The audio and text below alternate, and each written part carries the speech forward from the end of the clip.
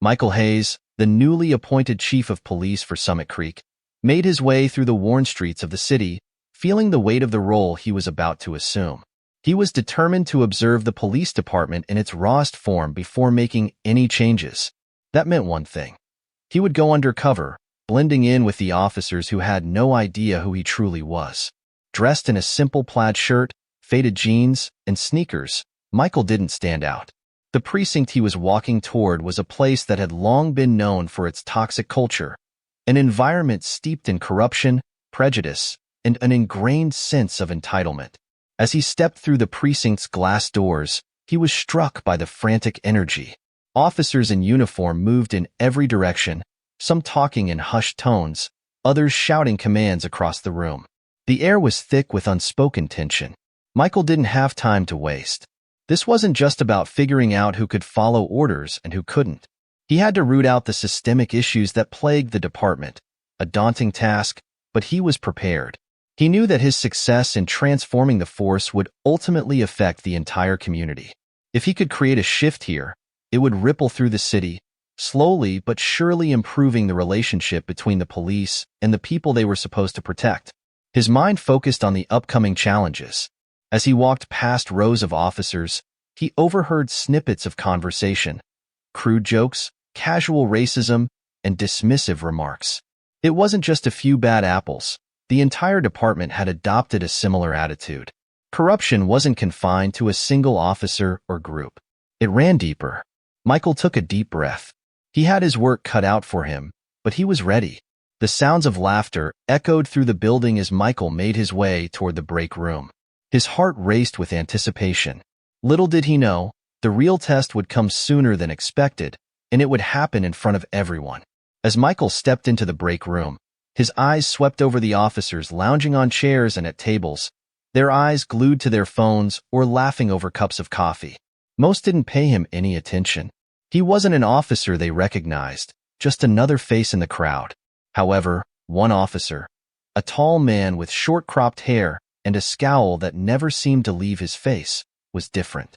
Officer Thomas, a seasoned veteran who had been with Summit Creek PD for over a decade, locked eyes with Michael. Thomas surveyed him from head to toe before giving him a dismissive look. "What are you doing here?" Thomas asked, his tone dripping with condescension. Michael kept his gaze steady and replied, "Just trying to get a feel for the place. New in town, you know?" Thomas scoffed. "Yeah, well, you can keep moving. We don't need any more distractions." He waved a dismissive hand, as if Michael were some insignificant annoyance. Before Michael could respond, Officer Thomas stepped forward, getting close enough that Michael could smell the stale coffee on his breath. The room fell silent, every officer watching the exchange. Thomas sneered, "I said get lost."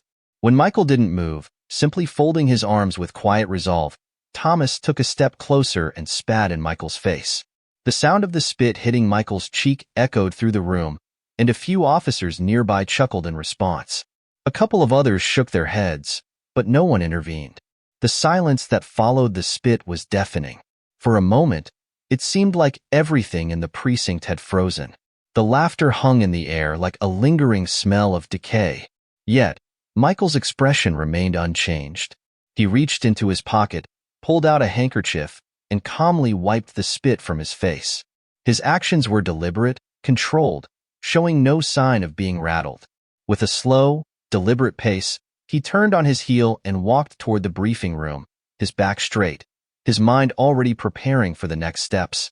The officers watched him leave in stunned silence, some realizing the gravity of what had just happened. Michael wasn't going to let this slide, and they would soon learn that he didn't tolerate disrespect in any form. The tension in the air was palpable as Michael made his way to the briefing room. He wasn't going to let Thomas, or anyone else, undermine his authority, no matter how subtle or overt their methods were. This was just the beginning, and Michael was determined to show them that he wouldn't be intimidated. The briefing room was stark, with harsh fluorescent lights buzzing overhead and rows of officers seated in silence, their eyes cast downward or locked on the floor in front of them. Michael stood at the front of the room, waiting for the officers to settle, his calm demeanor betraying none of the inner turmoil he was feeling. He had just witnessed something that no officer, or human being, for that matter, should ever have to endure. He could feel the weight of every officer's gaze on him, unsure of how to react after what had happened in the break room.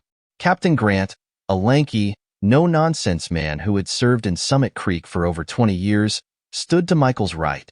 His face was a mask of neutral professionalism, but Michael could tell from the tightness in his jaw that he knew the gravity of the situation. He could have let this pass, but Michael wasn't here to sweep anything under the rug. "Ladies and gentlemen," Captain Grant's voice rang out, breaking the silence, "I'd like you all to welcome Chief Michael Hayes." At this, the officers perked up, murmurs circulating among them. Michael stood still for a moment, letting the weight of his presence fill the room. Then, he spoke, his voice calm but firm, carrying an unmistakable authority. "I'm sure you're all wondering who I am," Michael began, his gaze sweeping across the room, locking eyes with a few of the officers, including Thomas, who was sitting near the back. "Well, I'm the new chief of police. I'm here to observe, to learn, and to bring about some much-needed change." There was a collective shift in the room as his words sank in. A few officers exchanged confused glances, while others remained stoic, their expressions unreadable. But Michael could see the subtle shift. They were beginning to understand the gravity of his presence. He continued, undeterred by the uncertainty in the air. "Earlier today," Michael said, his voice even more controlled, "I witnessed something that will not be tolerated in this precinct. I saw an officer spit in another officer's face. I saw disrespect that undermines everything this badge stands for." Thomas shifted uncomfortably in his seat, his face turning red as the memory of the incident came rushing back. The room fell silent. He could feel the heat of every officer's gaze, and suddenly, it felt as though the air had become thick and heavy. "I want to make one thing perfectly clear," Michael continued, his tone unwavering. "There will be no tolerance for this behavior. Not from anyone. No officer, no matter their rank or tenure, is above respect. And anyone who can't adhere to those standards will not last long in this department." His words were direct, precise, and authoritative. He wasn't giving them a chance to question him. He was laying down the law, right here, right now. The officers were stunned into silence, many of them still processing what Michael had just said. But his gaze was locked on Officer Thomas, whose discomfort was palpable. Michael had seen the arrogance in Thomas's eyes earlier, and now he saw something else, fear. "Officer Thomas," Michael said, his voice cutting through the tension like a knife, "you can stand up now. Let's have a word." The room seemed to hold its breath as Thomas slowly rose to his feet, his head held high, though the defiance in his posture was now tempered by a growing sense of dread. Michael motioned for him to approach. "Do you want to explain what happened earlier?" Michael asked, his voice cold, but calm. There was no anger in his tone, only a quiet, almost terrifying calm that made Thomas feel smaller with each passing second. Thomas opened his mouth to speak, but no words came out. He shifted uncomfortably on his feet, and Michael could see the cracks in his once confident exterior. Michael didn't wait for an answer. "You humiliated me, Officer Thomas, and you humiliated the badge. That's something I can't overlook. You're suspended, effective immediately. I'll have a review of your conduct, and if there's more to be addressed, we'll handle it accordingly." The officers in the room exchanged glances, some with open disbelief, others with grudging respect. It was rare for a chief to come down so hard, so fast. But Michael wasn't here to play games. He was here to set a tone, one that would shape the future of this department. Thomas stood motionless for a long moment, his eyes locked on the floor. The humiliation of being called out in front of his peers was more than he could bear. He nodded slowly, a mixture of anger and shame bubbling up inside him. "Now, for the rest of you," Michael continued, turning back to address the room, his voice growing stronger. "This department needs a change.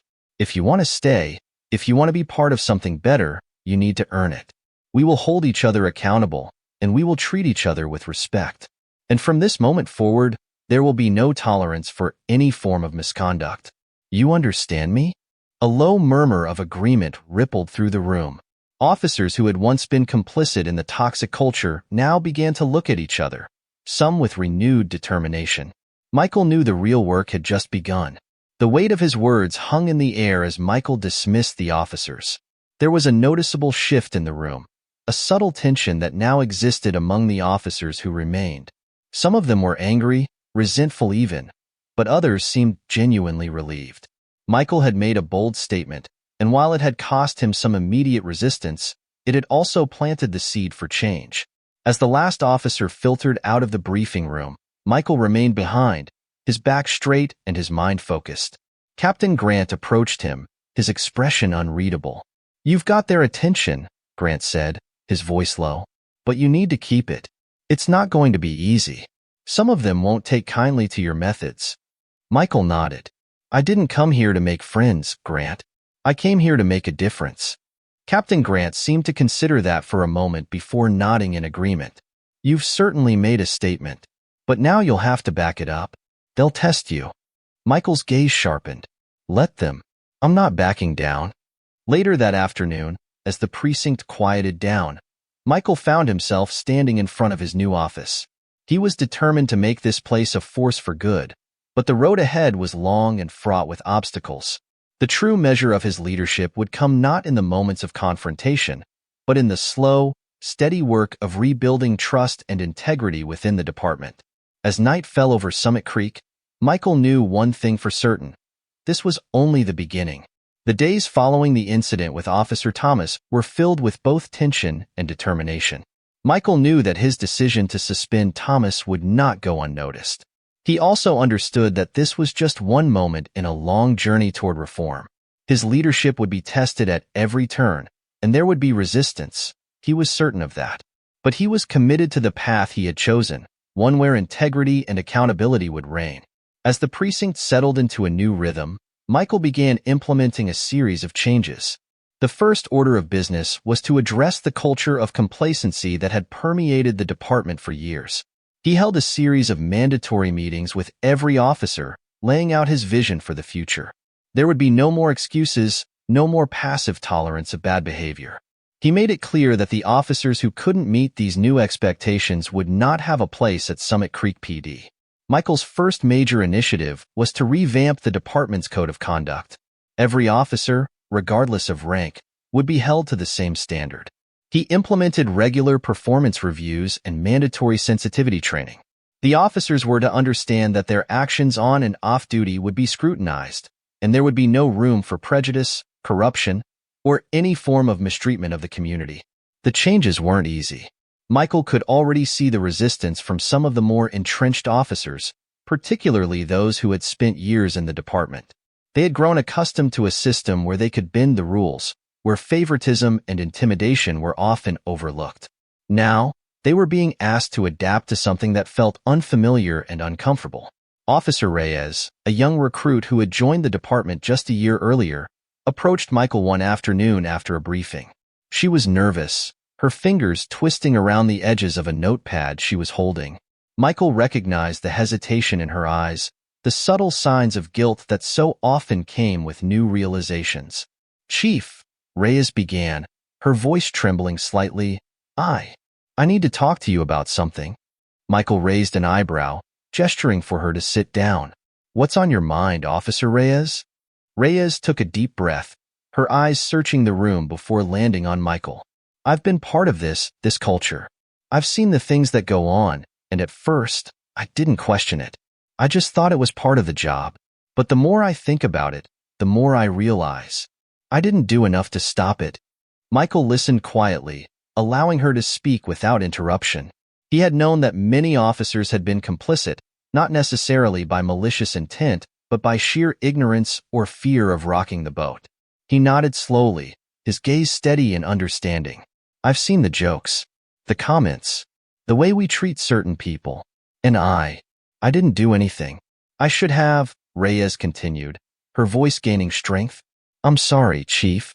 I don't want to be part of that anymore." Michael felt a sense of respect for Reyes. She wasn't making excuses. She wasn't hiding behind her mistakes. She was owning them, something that many officers in this department had never done. "You're here now, Officer Reyes," Michael said, his voice steady. "And you're here because you want to change.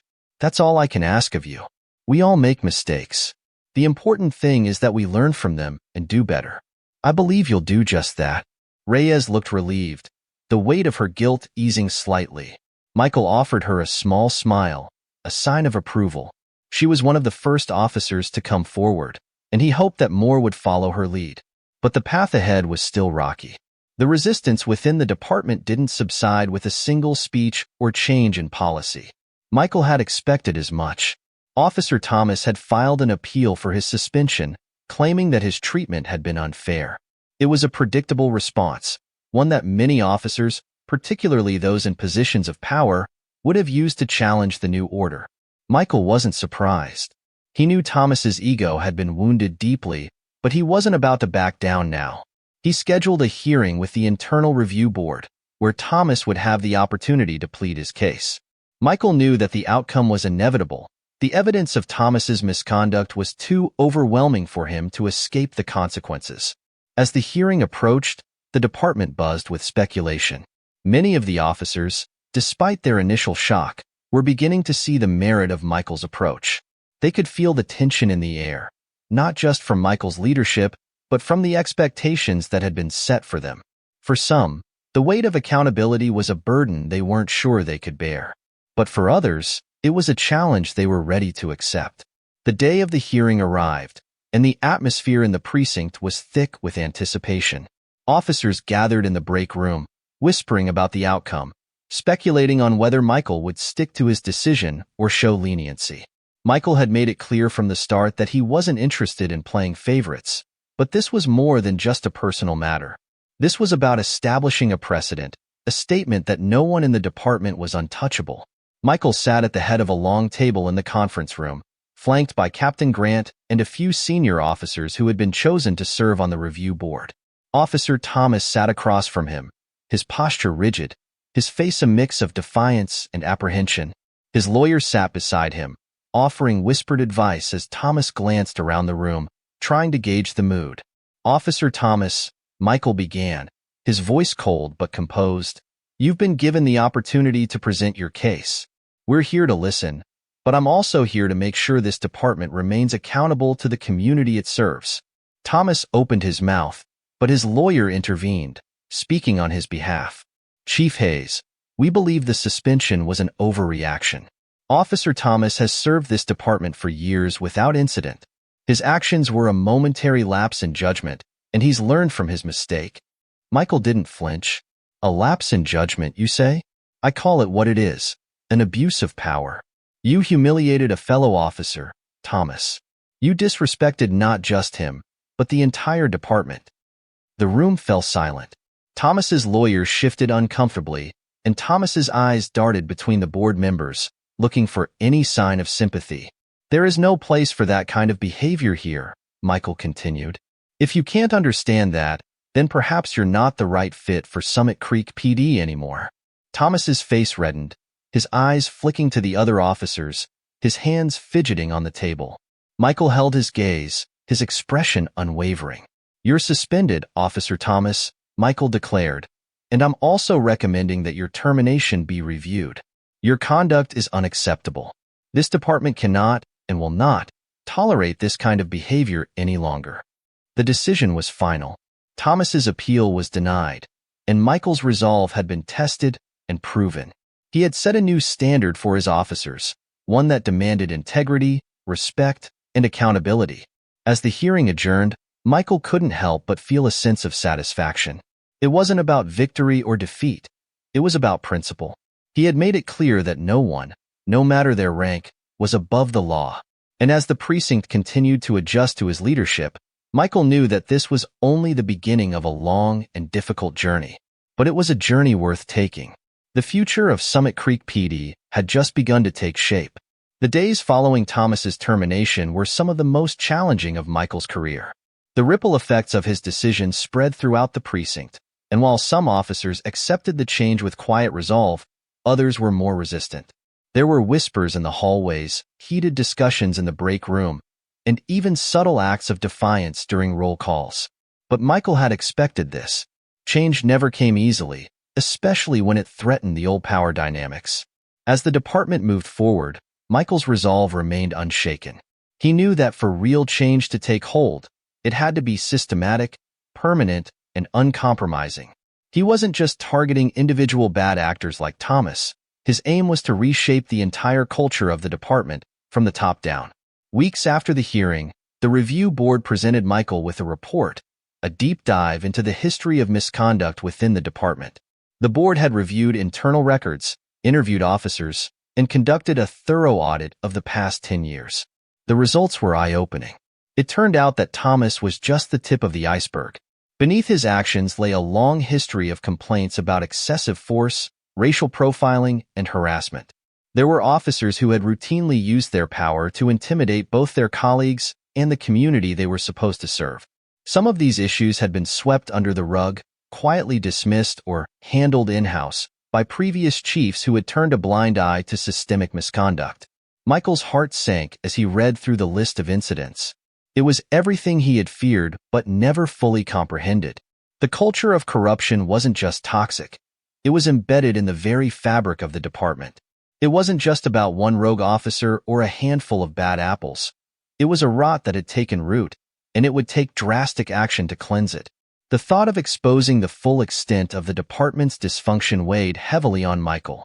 He knew the path ahead would be perilous. His every move would be scrutinized, and there were likely officers who would resist these revelations tooth and nail. But he had already made his decision. There would be no more tolerance for abuse. No more hiding behind silence. No more protecting the guilty. Michael called a meeting with Captain Grant and a few of his senior officers to discuss the findings. They gathered in his office, the tension palpable in the room. Captain Grant stood at the window, his arms crossed, watching as the sun dipped below the horizon, casting an amber glow across Summit Creek. He had been in the department long enough to know the weight of what they were about to face. "I didn't want to believe it," Grant muttered, his voice low and filled with a quiet disbelief. "But it's all here, in black and white." Michael nodded grimly. "It's worse than I imagined. There's been a culture of impunity here for years, and it's going to take everything we've got to root it out. But we can't afford to look the other way. Not anymore." Grant sighed, rubbing the back of his neck. "You're right. The problem's been building for years, and now we have to deal with the consequences. But we can't do this alone. The department's been covering for itself for so long. We'll need the community on our side to make this work." The weight of the truth sank in, and Michael knew that the next step in the process would be the most critical. They had to go public with the findings. There could be no more secrets. No more justifying the actions of the few at the expense of the many. It would be a blow to the department's reputation, but Michael was willing to take that risk. The truth had to come out. Over the next few days, Michael met with the internal review board, working on a public report that would outline the department's failings and the steps that would be taken to correct them. It wasn't easy. There were members of the board who were reluctant to expose the full extent of the problem. Some feared the backlash from the media, while others worried about the impact on the department's morale. But Michael remained firm. There could be no progress without honesty. When the report was finally ready, Michael called a press conference. He invited local community leaders, activist groups, and members of the press. The room was packed, the atmosphere thick with anticipation. As Michael stepped up to the podium, he felt the weight of every eye in the room on him. This was it, the moment where the entire department's future would be decided. "Thank you all for being here today," Michael began, his voice steady but filled with the gravity of the situation. "What I'm about to share is not easy. It's uncomfortable. It's painful, but it's necessary." He paused, allowing his words to settle. Then he continued, laying bare the findings of the review board's investigation. He detailed the history of misconduct, the excessive force, the racial profiling, the harassment, and the systemic cover-ups that had allowed these actions to continue unchecked for years. "The Summit Creek Police Department has failed its community," Michael said, his voice resolute. "And for that, I take full responsibility as your new chief. But I will not sit idly by and let this continue. We are committed to making the necessary changes to rebuild trust, to hold our officers accountable, and to ensure that this never happens again." There was an audible gasp from the crowd. The transparency of Michael's speech stunned many in the room. Some were impressed by his candor. Others were shocked by the depth of the revelations. Michael's words hung in the air like a challenge to both the department and the community. The path ahead would be difficult, but it was a path toward redemption. The fallout from the press conference was immediate and intense. Headlines across the city blared with the shocking revelations about the Summit Creek Police Department. The community was outraged, but there were also signs of support. Activist groups rallied behind Michael, praising his willingness to confront the truth, while others, particularly former officers who had been part of the department's old guard, denounced him for airing the department's dirty laundry in public. Michael knew that the coming weeks would be full of scrutiny. The media would dig into every corner of his life, looking for cracks in his story, seeking out any excuse to discredit him. And there would be those within the department who would resist every step of his reform. But Michael had already committed to this path. There was no turning back. He met with community leaders, including local activists and civil rights organizations, to discuss how they could work together to rebuild trust between the police and the citizens they served. Michael was adamant that this wouldn't just be a top-down effort. He wanted the community's input every step of the way. One of the most powerful moments came during a town hall meeting. Michael stood before a crowd of residents, their faces a mix of anger, frustration, and hope. The young boy he had met on his first visit to the precinct, a child whose family had suffered under the police's mistreatment, stood in the front row. His gaze was hard, but there was something else there too, a flicker of curiosity. Michael addressed the crowd. "I know I have a long way to go to earn your trust, but I am committed to changing this department for the better. I will hold my officers accountable, and we will work with you, the community, to rebuild the bond that should have always been there." The boy stepped forward, his voice shaking but strong. "How do we know you're different? How do we know this won't happen again?" Michael paused, feeling the weight of the question. "You don't know yet, but I promise you this. I will never give up. I will never stop fighting for the change this city deserves." It was a powerful moment, one of many that would define Michael's leadership. The path ahead would be long and fraught with obstacles, but the first steps had been taken. Trust could be rebuilt, but it would take time. Michael was prepared to fight for that trust every day, no matter the cost. As the crowd dispersed, Michael stood on the steps of the town hall, looking out over the city he had sworn to protect. The work was far from over, but he was no longer facing it alone. For the first time, he felt a glimmer of hope that change was not just possible, it was inevitable. The months following the press conference were a whirlwind of challenges, setbacks, and, surprisingly, small victories. Michael had never known a time more difficult in his career, nor one more rewarding. The road to reform had been paved with resistance, not just from within the department, but also from a deeply skeptical community. The department's reputation had taken a serious blow, and the weight of that was felt daily by every officer who remained.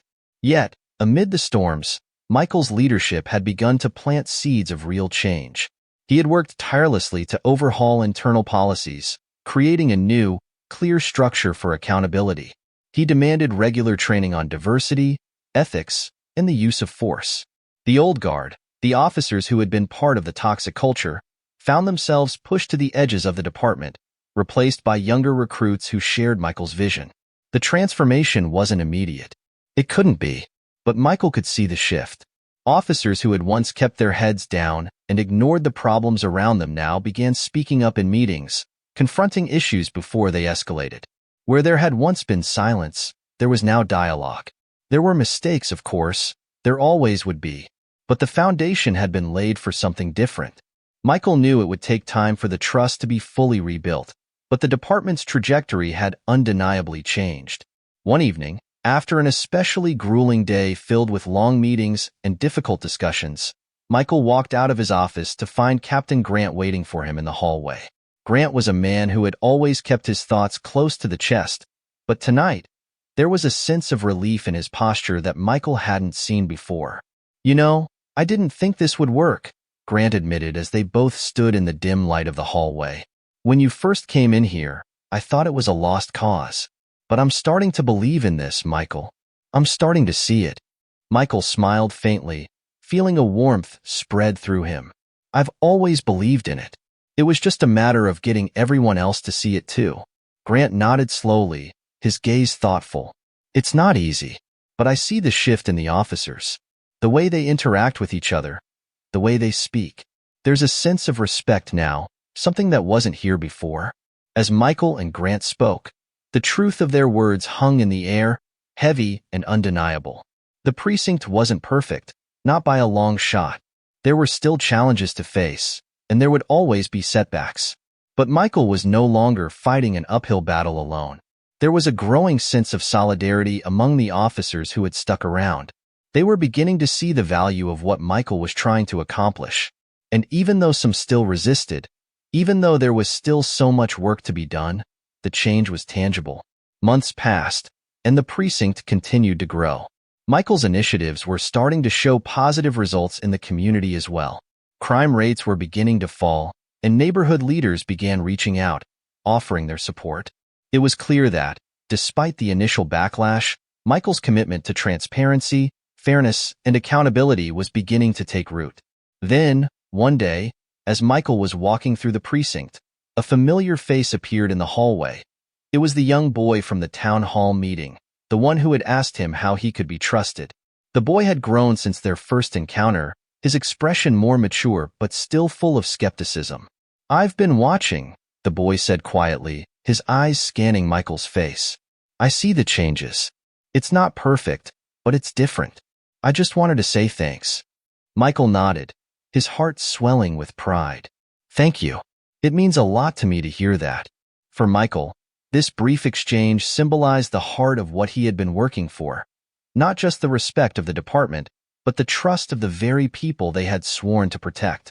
As the boy walked away, Michael stood still for a moment, allowing the weight of that small but meaningful victory to settle in.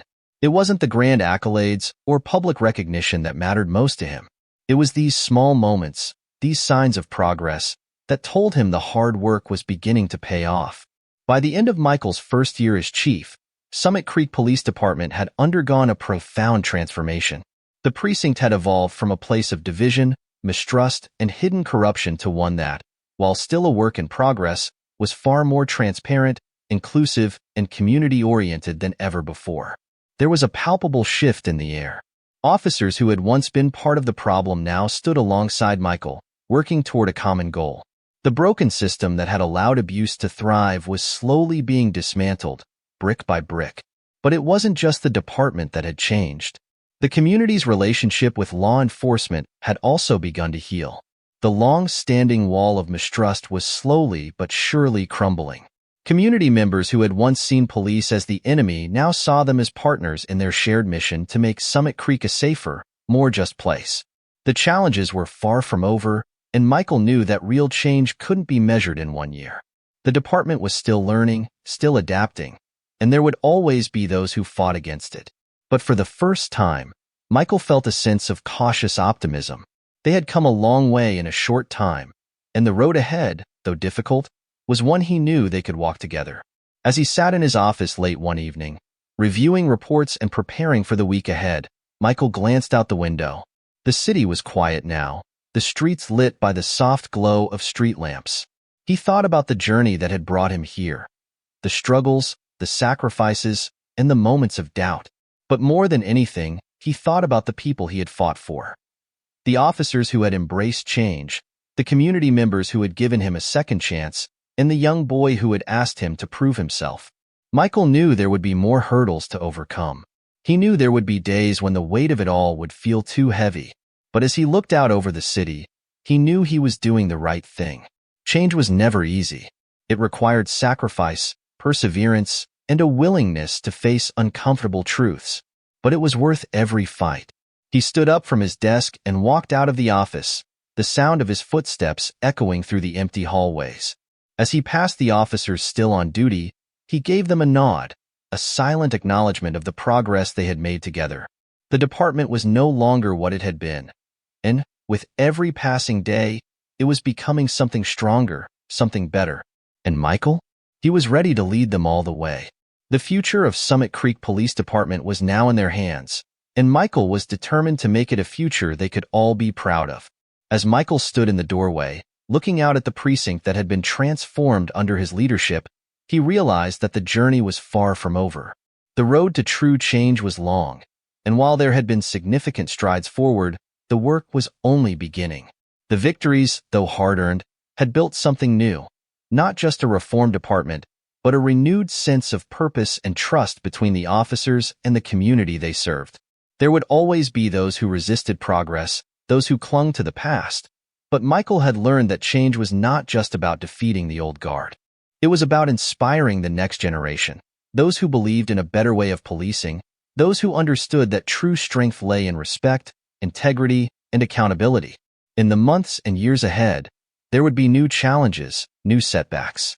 But Michael knew that with every step, every decision, and every action, the department would move closer to the ideal he had always envisioned.